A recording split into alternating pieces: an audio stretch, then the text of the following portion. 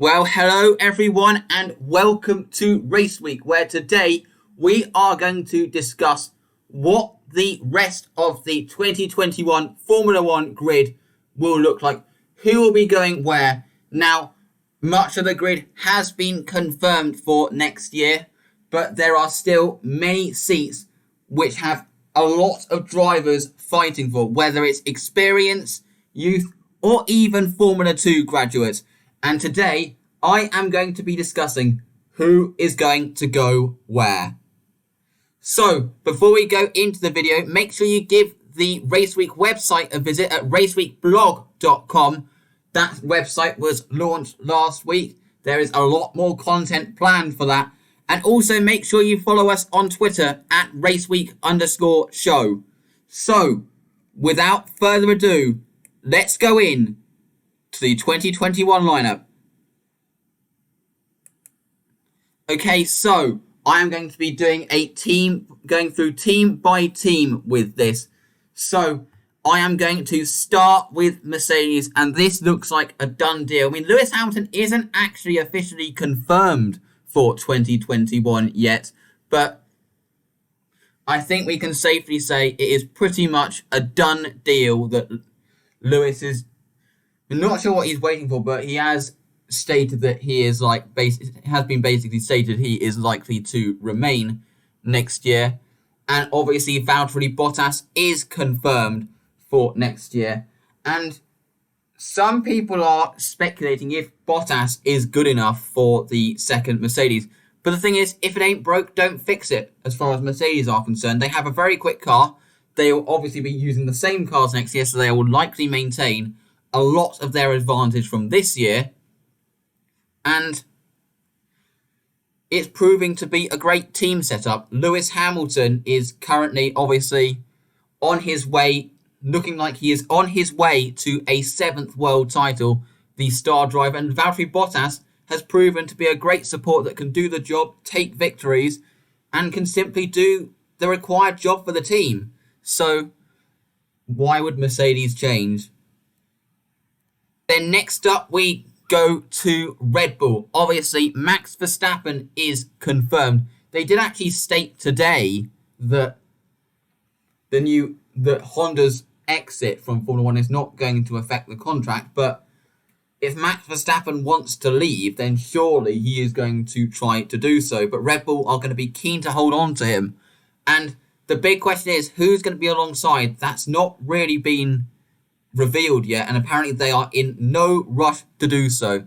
Now, if you've looked at the RaceWeek.com blog, which obviously the RaceWeekblog.com blog, more like, which is in the description, the website link as well. Obviously, I talked about the website at the start of the video, but if you look at the blog, I wrote a post about why Sergio Perez is the obvious choice for Red Bull. And now, the reason that I said this, and I put in the blog, I'm not going to go fully into it, but I think having an experienced driver in that car, rather than having a young driver expected to play that is trying to make it big, expected to play a support to a star driver, is a better idea, because considering Perez's experience, and especially when they have to think of the long runs. Obviously, Verstappen's not going to be around forever, so when they have to rely on like the likes of Albon or Gasly, they need someone to deliver the results for if they don't initially deliver. But I don't think that is likely to happen. Now, there's been a lot of speculation. Will Pierre Gasly get the nod for 2021, considering he has been one of the stars of this year, obviously taking that victory in Monza? There's been a lot of people saying it's a no-brainer. They should be swapped back round. And the other thing that I have to mention is, considering what I said earlier, if no opportunity materializes at Red Bull for maybe 2022 at latest for Pierre, then it might go looking for other opportunities. And Red Bull may not want to risk losing him for the future, so may feel kind of pressured into signing him for 2021.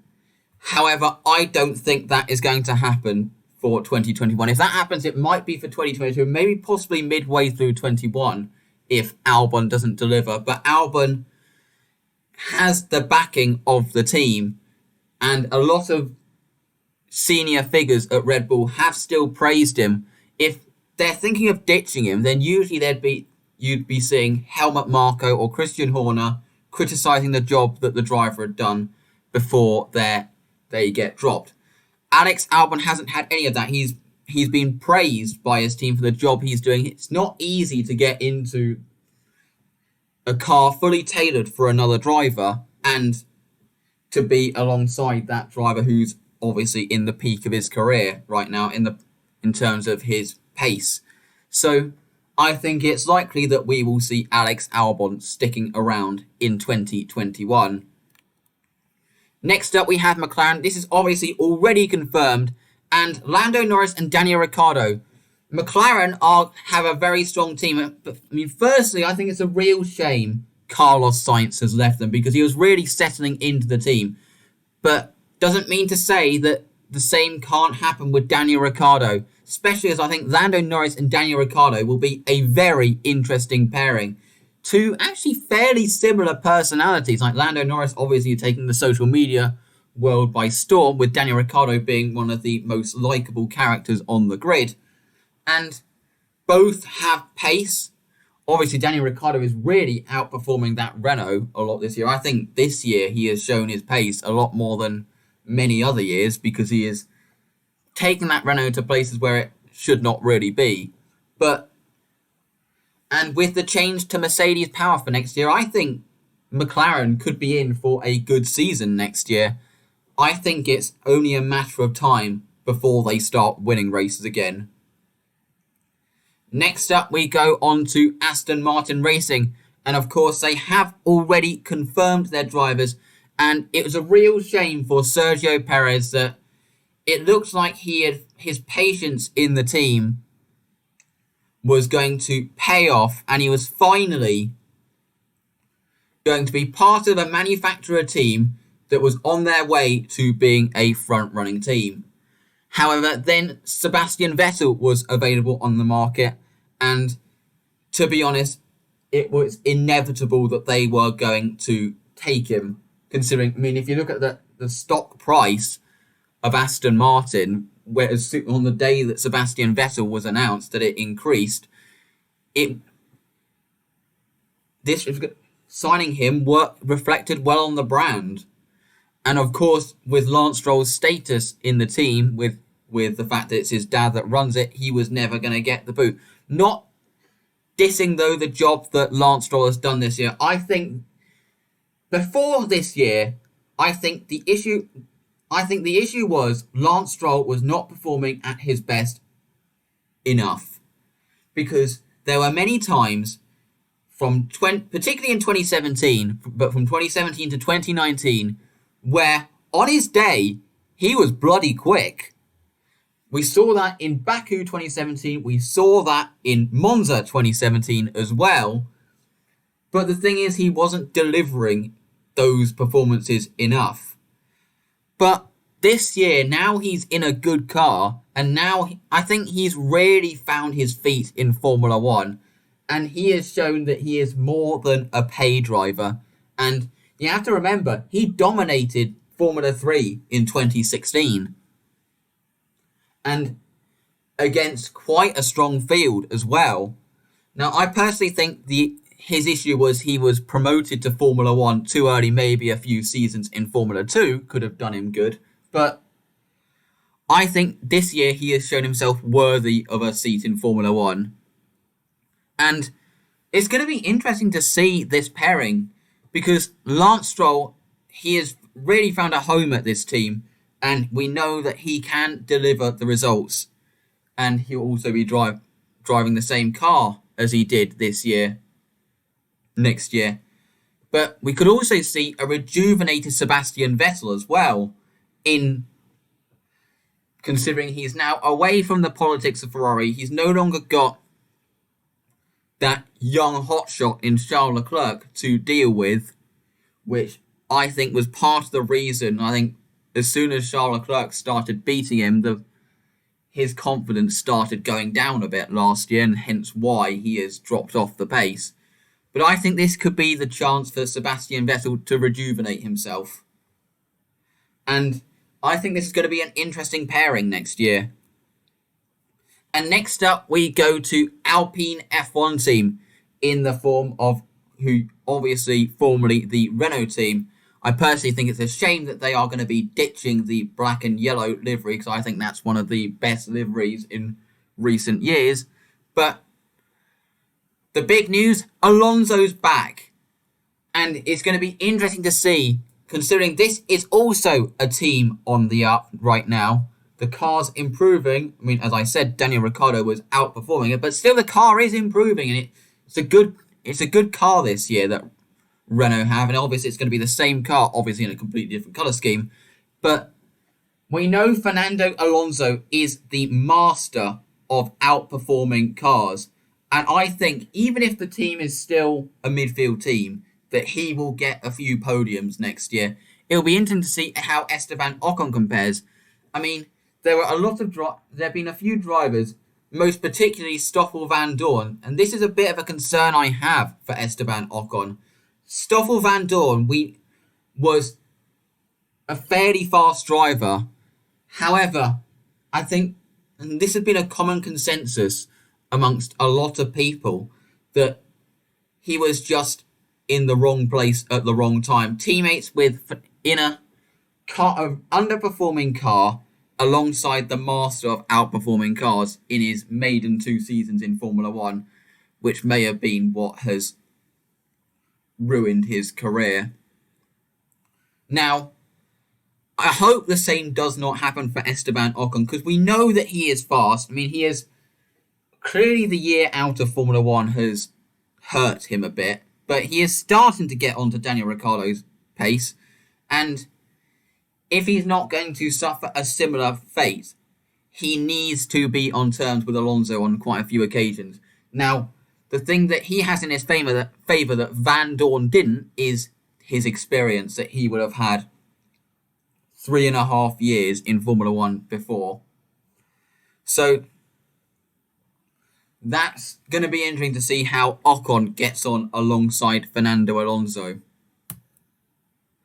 Next up, we move to Ferrari, and of course, Ferrari have a rocky road ahead, considering that they're using the same car next year, and of course, we know how that's working out this year. Obviously, Charles Leclerc, he has outperformed the car so many times this year, and he has proven himself, I think, more this year than last year. That car is nowhere near podium pace, yet he has finished on the podium twice this year, and he has just managed to sit, actually kind of like Fernando, when on talking about Fernando Alonso, he's been kind of like Alonso in the Ferrari in 2014, outperforming a very difficult car and taking it to places that it shouldn't be. So Charles Leclerc is proving himself, and it's just a shame that the car is not good enough to be fighting for titles, as we know that Charles is capable of doing. Alongside him, it will be Carlos Sainz, and I personally think he is making a mistake by leaving McLaren, because he was settling in there, and I'm not just saying that because the Ferrari is a difficult car, because he's probably going to be put to a number 2 role alongside Charles Leclerc, which might be quite demoralising, especially considering McLaren could be frontrunners in the next couple of years, and that could have been Carlos's chance of being in a race-winning car and being at least treated equal to his teammate. So, but I remember we were all saying the same thing about Jenson Button moving to McLaren after leaving Brawn for 2010, and he proved to settle in very well. So it's going to be interesting to see how Carlos gets on, but I hope that he's not going to be made to play the support role, that he is going to be allowed to fight on equal terms with Charles. Then we get interesting when it comes to the driver markets. AlphaTauri. Now, of course, as I don't predict he's going to be given the seat at Red Bull, I am going to obviously be predicting Pierre Gasly will remain with AlphaTauri for 2021. Now, it's what happens alongside him that's the interesting part, because right now alongside him we have Danny Kvyat.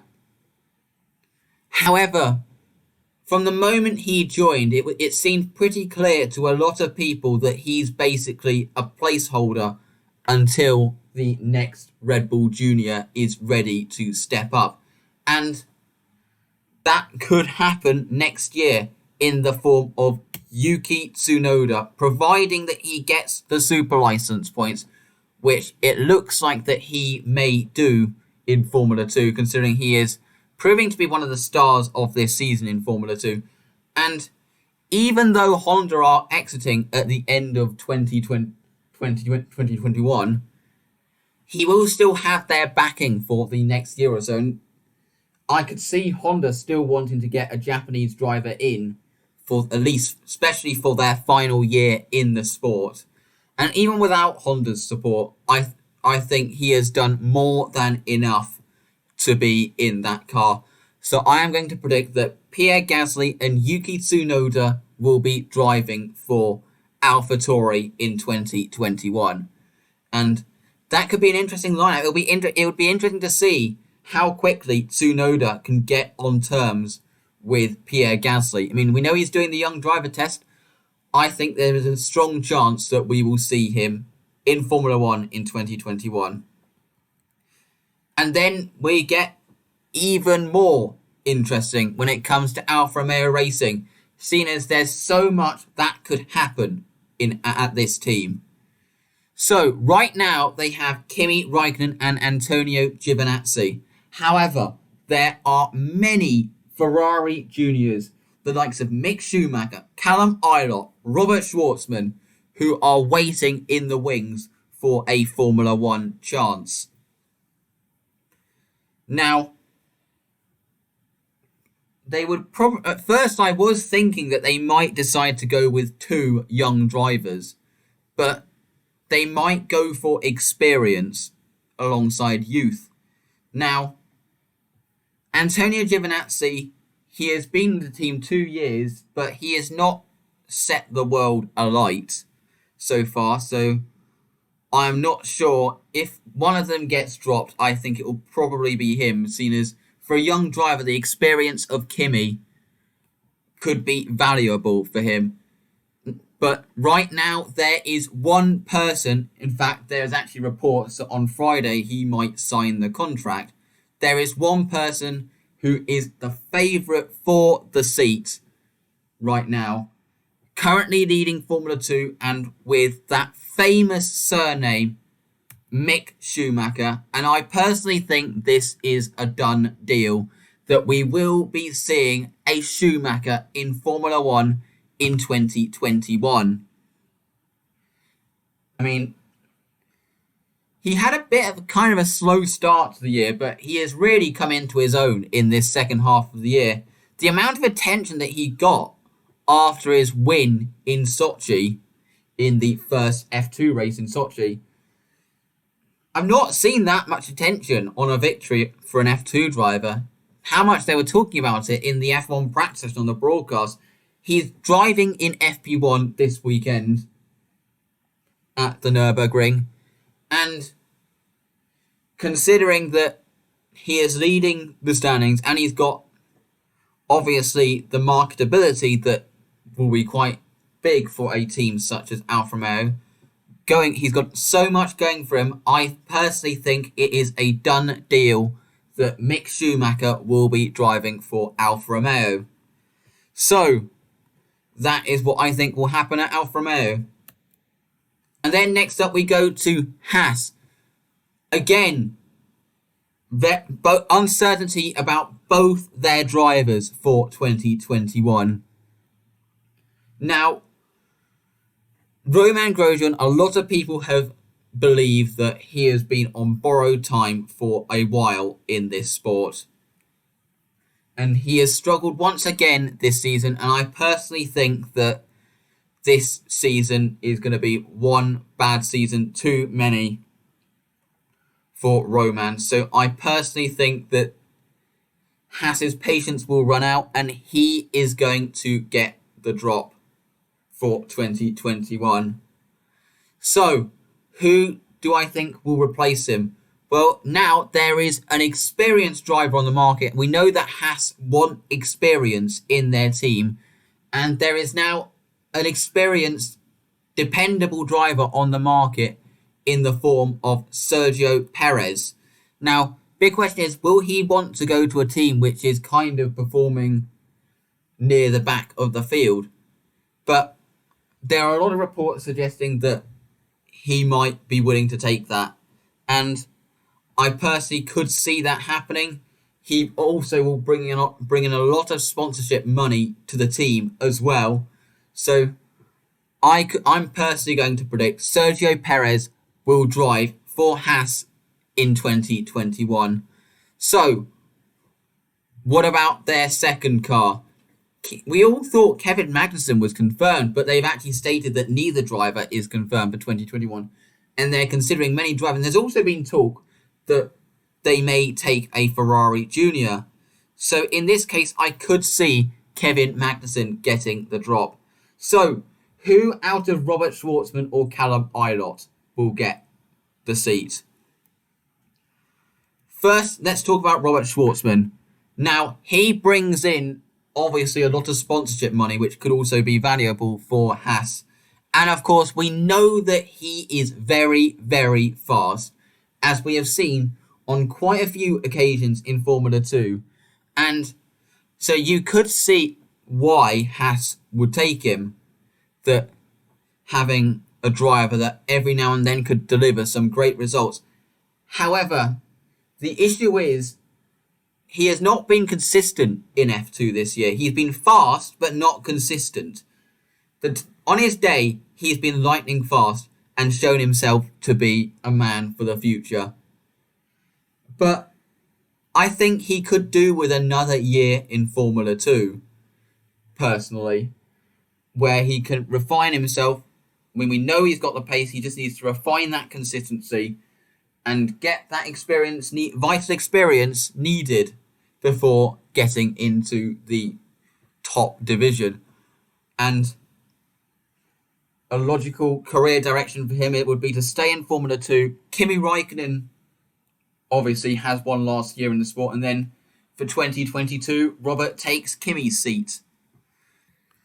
So now we talk about Callum Ilott. He did struggle a little bit in his first season in Formula 2, but this year he has proven to be really solid. He has gotten to grips with the car, and he could be a dependable driver that could deliver. And with the experience of Sergio Perez alongside him, this could be quite a good lineup for Haas. So I'm going to predict Sergio Perez and Callum Ilott will drive for Haas in 2021. Now, finally, we have Williams. George Russell and Nicholas Latifi, they are confirmed this year. It's a real shame that George Russell is kind of stuck in the Williams right now, that there's not going to be any options higher up the grid. But Williams are getting ever closer to the field, and by the end of next year, they could be regularly fighting with the likes of Alfa Romeo and Haas, considering that they seem to understand this car. Nicholas Latifi, he is proving to do a reasonable job. I mean, he is quite a way off Russell, but he is proving to be a dependable driver that can just basically do the job for the team. So this is proving to be quite a reasonable lineup for them. But that is it. So this is the full driver lineup prediction for 2021. And this is quite a strong grid that we could be looking at for 2021. I mean, I believe that there'd be 4 world champions on the grid in this sense. There'd be 3 rookies on the grid as well. And also we'll have, I think 2021 could end up being a very exciting season with the likes of McLaren, Aston Martin and Alpine on the up. And we could see some interesting battles throughout. We also could potentially have the story of how Michael Schumacher's son is going to do in his debut season. That would have a lot of attention, and this would put actually a lot of pressure on Mick because he's got all that pressure to live up to, that he will be expected to be as good as his dad. But 2021 is set to be an interesting season, the final year of these regulations, and we could have a very strong grid. So, thank you very much for watching this driver prediction. We'll have to see in the coming weeks and months how much of this materializes, and we will see you, as far as live stream is concerned, we'll see you on Thursday we'll see you tomorrow for the midweek recap, where we will be previewing the German Grand Prix. And also, as I said, make sure you check out the RaceWeek website at raceweekblog.com. Follow us on Twitter at raceweek_show. And make sure you leave a like and subscribe to this YouTube channel. Thank you very much for watching. And we'll see you for the next video. Goodbye.